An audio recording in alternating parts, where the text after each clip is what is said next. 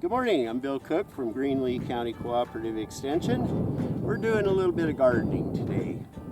What I'm doing here is I'm getting ready to plant some melons, and I'm using this flat soaker to save water, and I am putting the plastic mulch over it as an additional water saving and to cut down on weeds.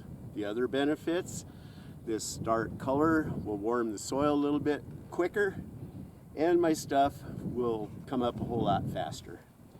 So there's a lot of good reasons to use this. So what I've done here, I've lined this up and I've thrown a little bit of soil on the end to hold it down.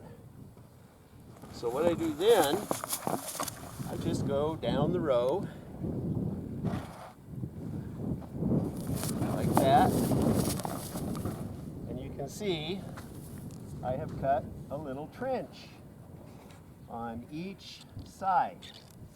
So what's going to happen is this plastic mulch will lay over that little trench, and I can throw a little bit of garden soil in that trench to hold it in place, because it does tend to take off in the wind.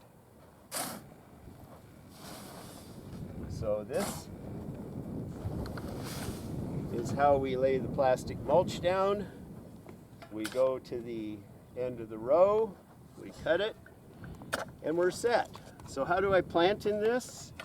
Well, after I have secured this from one end to the other, I will go in here and I will cut a little X, being careful not to cut my water line.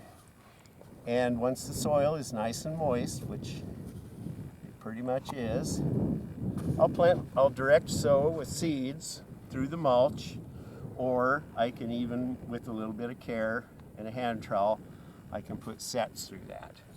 So this is plastic mulch, good stuff, saves on water, saves on weeds. It's a little bit more work up front, but it pays off in the end. And we just secure this like so, because here in Duncan the wind is pretty relentless.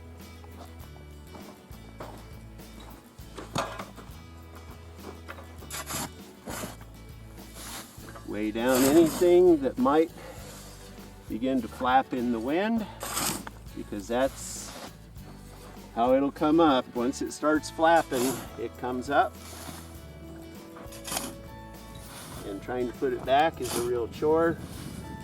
Every so often, I put a little pile in the middle. We just do this down the row, plant through the mulch, and we're set.